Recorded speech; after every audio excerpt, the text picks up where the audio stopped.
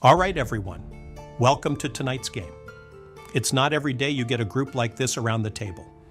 I'm Reggie, and I'll be your dungeon master. Let's start with some introductions. Tell us who you are and who you're playing tonight. Chief, why don't you start us off? Well, first off, thanks for the invite, Reggie. I don't get a lot of downtime, so this seemed interesting. I'm playing Bastion, a human fighter, Battlemaster subclass. Fighters are straightforward.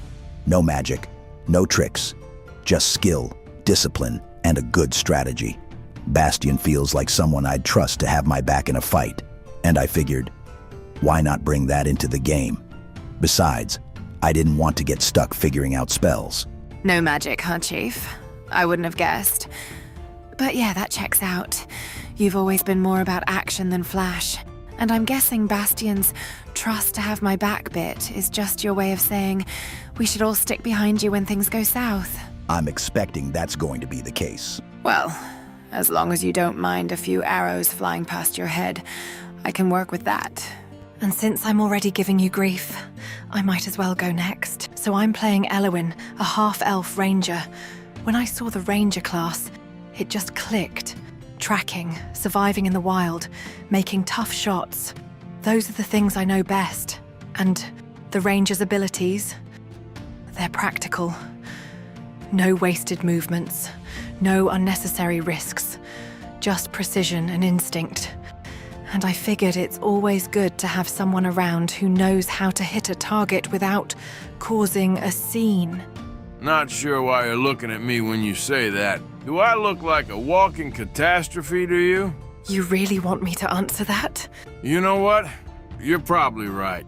Anyways, so first off, I ain't as familiar with all this as the rest of you seem to be. Just figured I'd give it a shot. See what all the fuss is about. And anything to get the chief to stop spamming me with invites. Asking 2 times in the span of 6 months hardly counts as spamming. You know, I'm just messing with you, Chief. Glad you're here too, though. I thought you would have been late to something again. Saving the galaxy probably takes up a lot of time on your schedule. I'm here, aren't I? Guess that means the galaxy can take care of itself for one night. Right. Because nothing ever goes wrong when you're not around. Very reassuring.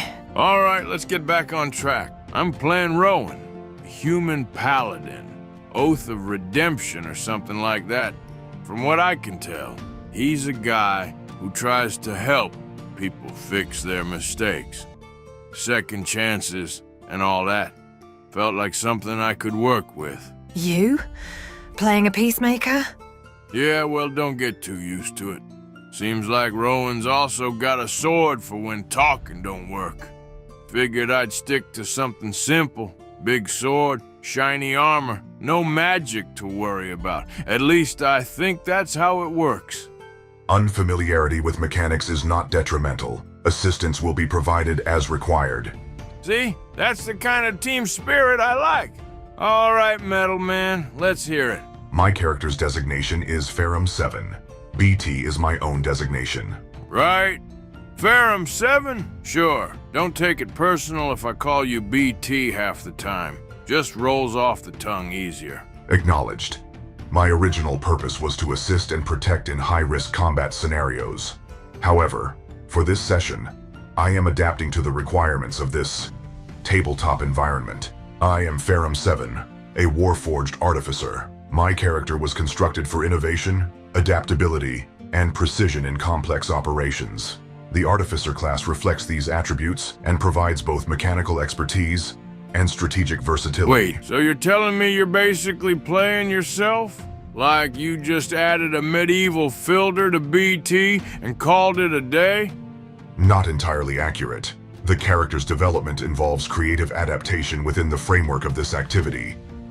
However, similarities are apparent. Ferrum 7 is equipped with both mechanical expertise and combat readiness. I told you, he's not role-playing. He's just running the medieval expansion pack of himself. Probably locked behind some weird premium unlock, too. Yeah, with a price tag that somehow costs more than the original setup. But hey, it's exclusive, right? Exclusive. and definitely not worth the headache. Good thing Ferrum doesn't need a subscription to stay useful. Yeah, but don't get too comfortable, Ferrum. You're probably on someone's spreadsheet somewhere, marked down as replaceable. Efficiency and utility remain the optimal determinants of value. I am not replaceable. Of course you're not. And for the record, none of that spreadsheet garbage is on you, Ferrum. That's on the people making bad calls, not the ones building something worthwhile. Exactly. If there's one thing they got right, it's putting you together the way they did. That's on the people who actually know what they're doing, not the ones chasing numbers. Ferrum's proof that sometimes the right folks can make something amazing, even when they've got suits breathing down their necks. Your reassurances are noted and appreciated. Group cohesion appears to be improving. This is optimal. Glad to see the party morale is high. Looks like we've got a solid lineup here. Now that introductions are finished, you guys ready to get started? Yes, sir. Let's get it this going. thing going then. All right. Your story begins in the heart of Waterdeep.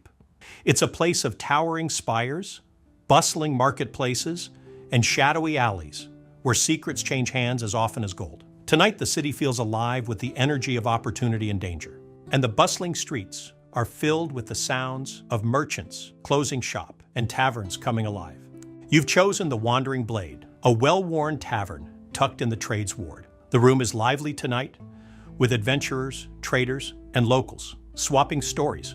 The air smells of roasted meat and wood smoke, and the faint sound of a bard tuning their lute drifts from a corner stage. Oh, perfect. I know just what to ask to liven this place up a bit. I love the enthusiasm, Rowan. But let me finish setting the stage first. Right, sorry. Just got a little too excited and got ahead of myself. Don't worry about it, buddy. We're all here for a fun time. Because if it's not fun, why bother? You raise an excellent point, my friend. I'll drink to that. Save me one for later, man. But like I was saying, you're seated at a round table near the back of the room, a spot that offers a good view of the crowd, but keeps you out of the limelight. Maybe you're here to unwind, plan your next move, or simply enjoy a quiet evening in the company of familiar faces. Whatever the reason, you're here, and the night is yours. But as you settle in, something unusual catches your attention. Near the bar, a young woman in a tattered cloak is speaking with a group of rough-looking men. She keeps her voice low, but her body language is tense, like a cornered animal. One of the men leans forward, his tone loud enough to carry across the room. You're a long way from home, aren't you? Do you know how much they're paying to bring you in? The woman's face pales, and her eyes dart toward the exit, then towards your table. For the briefest moment, her gaze meets yours, a silent plea for help written across her face. The men begin to stand, their hands drifting toward weapons. So what do you guys want to do? All right, that's enough of that. I'm gonna walk over to the bar, and I stop just close enough for them to hear me loud and clear. Why don't you boys step away from the lady and find something better to do with your evening? Like leaving while you still can. Oh my God. The thugs turn to face you, their sneers practically dripping with disdain. The lead thug sizes you up, clearly unimpressed. Well, look at this little man playing hero. You don't know what you're sticking your nose into, bozo. You've got two choices. Walk away or crawl away when we're done with you, he says, as he spits on the floor in front of you. Oh, hell nah. Initiate Beat his physical ass, Rowan. engagement.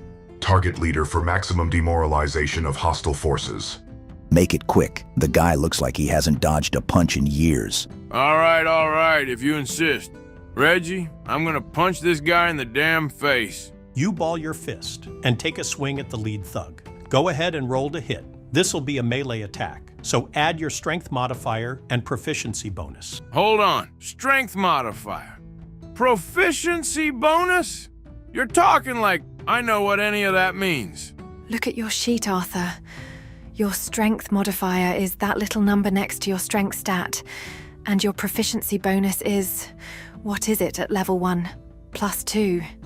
So that's the +2 next to my strength? I just add that to whatever I roll? Take the number you roll on the die, add your strength modifier, and then add 2 for proficiency. All right, no need to make me feel slow. What? I'll roll I this didn't think thing I and see was. what happens. 15 total. That good enough to hit? Yep, that'll do it. You clock him square in the jaw. Now roll 1d4 for damage and add your strength modifier to the total. The 1d4 is the one that looks like a triangle. Right. The triangle one. Sure, I knew that. Sure you did. Hey, just testing you lot. So, damage roll. Rolled a 3. Add my strength modifier. That's another 2. So 5 total. Your fist crashes into the thug's jaw with a satisfying thud. His head snaps to the side, and he stumbles back, clutching his face. Blood trickles from the corner of his mouth as he snarls. Big mistake, pretty boy. You're gonna pay for that. Pretty boy? You're kidding me. Pretty boy! The other thug immediately start drawing their weapons, their eyes fixed on you and your group. The crowd pulls back, leaving a circle around the scene. With that, I am going to need everyone to roll for initiative. 13. 17. Damn, that's a 7. 16. Ferrum, you're up first. Engaging closest hostile with primary ranged weapon. 6. Does this hit? Nope, your bolt flies just past the thug, embedding itself into the tavern wall. The patrons nearby flinch and duck. Deploying secondary crossbow. Wait a second. You've got 2 crossbows? Ain't that a bit much? This combat approach utilizes a feature called two-weapon fighting. It permits an additional attack with a light weapon as a bonus action. Secondary crossbow meets criteria. Huh. Still feels like overkill to me, but hey, if it works... Rolling to hit. 13. Does this connect? That does the trick. Damage roll. 8 points total. The second bolt hits its mark. The bolt slams into the thug's side. He stumbles, gripping the shaft of the bolt, as blood seeps through his tunic. His face twists in pain, but his resolve doesn't falter. His eyes locking onto Ferrum with a dangerous glint. Ferrum, any movement or repositioning? Repositioning unnecessary. Turn concluded. Bastion, you're up. What's your move? I'm moving up to the injured thug with my great axe. 17 to hit. I assume that connects. Oh, that definitely hits. Roll for damage. That's a 12 total. You close the gap with a measured stride, your great axe swinging in a deadly arc. The blade slams into the thug's side with a sickening crunch. He lets out a pained gasp, dropping his weapon as he collapses to the ground, unconscious and bleeding out. The leader glances at his fallen companion, his sneer twisting into a furious scowl as he locks eyes with you. Anything else you'd like to do before ending your turn? Yeah, I'm moving up on the leader. Rowan could use a little backup. Rowan, you're up next. I'm going for another swing, straight at his jaw. Gonna teach him not to run his mouth. 14. That hit? Yep, that hits. 3 damage. Your fist connects with the leader's face again. Not quite as hard this time, but enough to leave him reeling. He stumbles back a step, glaring daggers at you as blood trickles from his nose. He's hurt, but he's still standing. What else you doing, Rowan? Not much more I can do besides stand here and wait for him to hit back, so I'll just end it right here. Now it's the thug leader's turn. He's going to lunge with his short sword, aiming a wild slash at Rowan. 16. Does it hit? What? I thought this was just gonna be a good old fist fight. Didn't know he was gonna pull steel on me. That opportunity probably flew out the window the moment Bastion killed his friend. But no, not even close to hitting me. Well, the thug looks just as frustrated as you sound. His slash cuts through empty air, clearly realizing he's underestimated you. Elowyn, you're up next. I'm moving in on the leader and attacking with my short sword, hopefully finishing the job. 19 to hit, and 6 damage. Elowyn's short sword flashes in the tavern light, slicing into the leader's side. He grunts in pain, gripping his wound. He's hurt, but still standing. Anything else? Nope. I'll stay right here. Ferrum, you're up then. Engaging primary hostile with dual crossbows. First attack roll. 15. Damage output. 8. Second attack roll. 21. Damage output. 4. Well, Ferrum, how do you want to do this? That sounds vaguely familiar, Nope, came up with it myself. but I could have sworn I heard it on YouTube Anyways, somewhere. finish this guy off, Ferrum.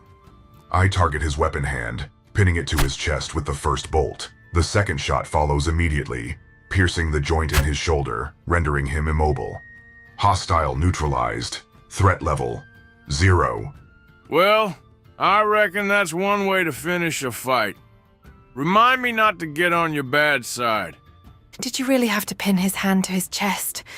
You know, people can just fall over when you hit them hard enough, right?